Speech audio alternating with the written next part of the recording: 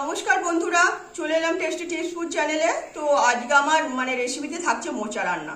তো আজকে আমি চিংড়ি মাছ দিয়ে মোচা রান্না করব না, আজকে আমি পুরানো স্বাদে পুরো নিরামিষ মোচা রান্না করব, যাতে নিরামিষের দিন না এই নিয়ে খেতে কোনো কথা হবে না। তো দেখতে হবে কিভাবে মোচাটা আপনার সাথে শেয়ার করি।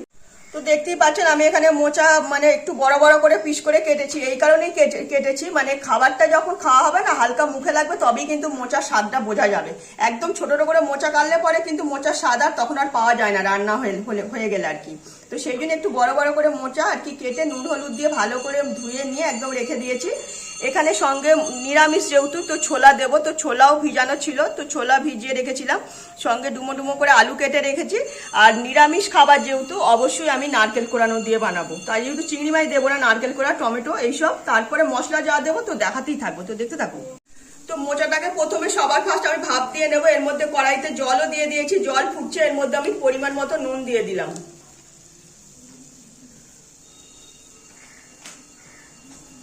আর সামান্য একটু হলুদের গুঁড়ো দিয়ে দিচ্ছি।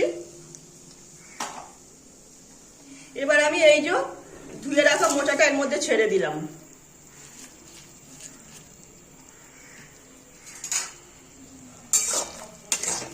মোচাটা ভাপ দিয়ে নিলে পরে মোচাটা একটু নরম হয়ে যাবে, আর মোচার যে আলাদা কষ আছে না, কষটাও বেরিয়ে যাবে। তো তাহলে মোচাটা খেতে বেশি ভালো লাগবে। তো এইটাই আমি 5 মিনিট ধরে একটু হালকা করে ভাপ দিয়ে সেদ্ধ করে নেব। তো মোচা তো ভালো মতো ফুটছে। তো এর মধ্যে আমি এবার এই যে ছোলাটাও দিয়ে দেব। যেহেতু কাঁচা ছোলা, এখন না দিলে পরে ছোলাটা সেদ্ধ হবে না। তো আলুগুলো কিন্তু আমি এমনি ভেজেই রান্না করব, আলু আমি এর মধ্যে সেদ্ধ করে নেব না। তো ছোলাটাও এর সঙ্গে একদম সেদ্ধ হয়ে যাবে, নরম হয়ে গেলে খাবারটা খেতে ভালো লাগবে। তো এইভাবেই আমি এখন 2-4 মিনিট রান্না করে নেব। তো মোচাটা ভালো মতো ভাপ দিয়ে নিয়েছি। তো হালকা নরম হয়ে গেছে, ছোলাগুলো হালকা নরম হয়ে গেছে। তো এটাই আমি এবার জল থেকে ছেঁকে তুলে নেব। তো হাফ সেদ্ধ মোচা তুলে নিয়েছি, কড়াই মোটামুটি ধুয়ে পরিষ্কার করে এর মধ্যে এবার ফোড়ন দিয়ে দিচ্ছি। তেল গরম হয়ে গেছে, দারচিনি, লবঙ্গ, এলাচ আর তেজপাতা আর একটা শুকনো লঙ্কা, সঙ্গে সামান্য একটু আমি 5 ফোড়ন দিচ্ছি। আপনারা নাও দিতে পারেন, অল্প একটু জিরেও দিলাম।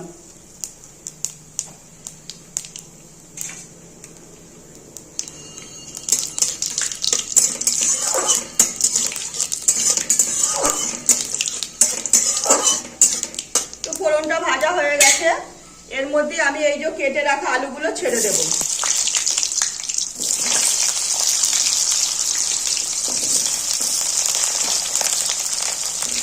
আলুটা একটু ভালো মতো লাল করে ভেজে নেব, যাতে আলুতেও সেদ্ধ করা নেই। তো একটু ভাজলে পরে তাহলে অনেকটাই আলুটা নরম হয়ে যাবে ভাজতে ভাজতেই। তো এর মধ্যে আমি এবার পরিমাণ মতো নুন হলুদ দিয়ে দেব।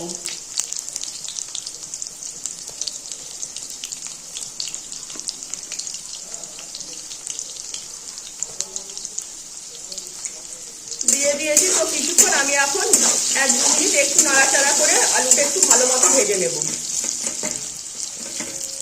তো আলুগুলো তো লাল করে ভালো মতো ভেজে নিয়েছি। এবার এর মধ্যে এই যে কাঁচা টমেটোগুলো দিয়ে দিলাম, 2-1টা কাঁচা লঙ্কাও দিয়ে দিলাম।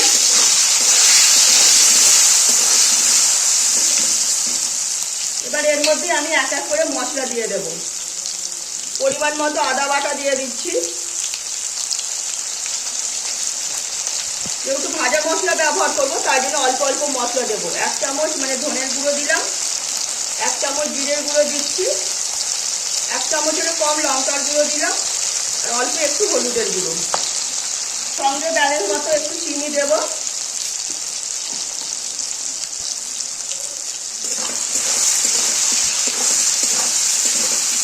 এটাই আমি ভালো মতো একটু নাড়াচাড়া করে দিচ্ছি।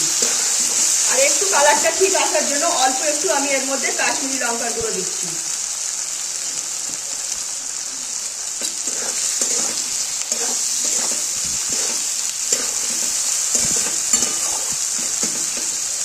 সামান্য অল্প একটু জল দিচ্ছি, একদম নামমাত্র জল না দেওয়ার মতো দিয়ে দিলাম।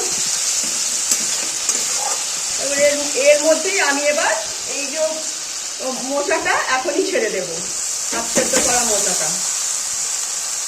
এখন না ছেড়ে দিলে এখন যে আমি কষাচ্ছি মশলার সঙ্গে, তাহলে না, তাহলে যে কাঁচা কাঁচা গন্ধটা থেকে যাবে। এখন আমি এর মধ্যেই কষিয়ে নিয়ে তারপরে জল ঢালবো।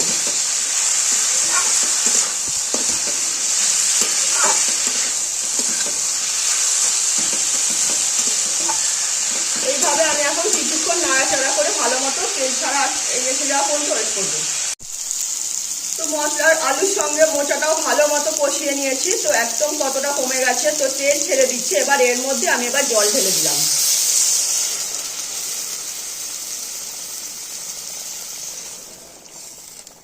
বেশি জল দেব না, একদম মানে খাবারটা গাঢ় গাঢ় শুকনো শুকনোই তৈরি হবে।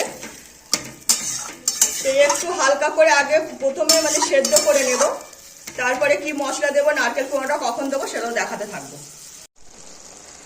তো অনেকটাই জল কমে গেছে, হাফেরও বেশি সেদ্ধ হয়ে গেছে, অল্প একটু সেদ্ধ হতে বাকি আছে। এবার এর পর্যায়েতে এখানে যে কাঁচা লঙ্কা নারকেল কোড়াটা আছে সেটা দিয়ে দিলাম।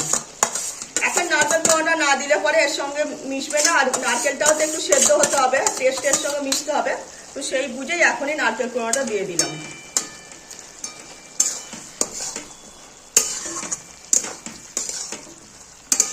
একটু নাড়াচাড়া করে আবার কিছুক্ষণের জন্য ঢেকে রাখবো, তারপর সব শেষে আর কি মশলা দেবো সেটাও দেখাতে থাকবো। তো আমার মোচা রান্না প্রায় শেষ পর্যায়ে, তো একদম জল শুকনো হয়ে গেছে। তো এর মধ্যে আমি এবার ভাজা মশলা দিয়ে দিলাম। ভাজা মশলার মধ্যে রয়েছে জিরে, ধনে, শুকনো লঙ্কা, গোলমরিচ, আর একটু দারচিনি, একটু লবঙ্গ, আর একটু এলাচ। তো ভাজা মশলাটা সঙ্গে সঙ্গে বানিয়ে দিলে না এর টেস্টটাই পুরো সম্পূর্ণ অন্যরকম হবে, আর আগে থেকে বানিয়ে রাখলে টেস্টটা কিন্তু সেরকম আর থাকবে না। দিয়ে দিয়েছি ভাজা মশলা, এবার পরিমাণ মতো ঘি দিয়ে দিলাম। যেহেতু নিরামিষ খাবার, তো এগুলো না দিলে পরে খেতে ভালো লাগবে না। আর এবার গরম মশলা দিয়ে দিলাম অল্প করে। এইটাই আমি এবার ভালো মতো নাড়াচাড়া করে নেব। দেখতেই পাচ্ছেন একদম শুকনো শুকনো হয়ে গেছে খাবারটা, আর একদম ঝাল ঝাল মিষ্টি মিষ্টি একদম খাবার। আশা করি এই দিয়ে ভাত খেতে না কোনো কথা হবে না।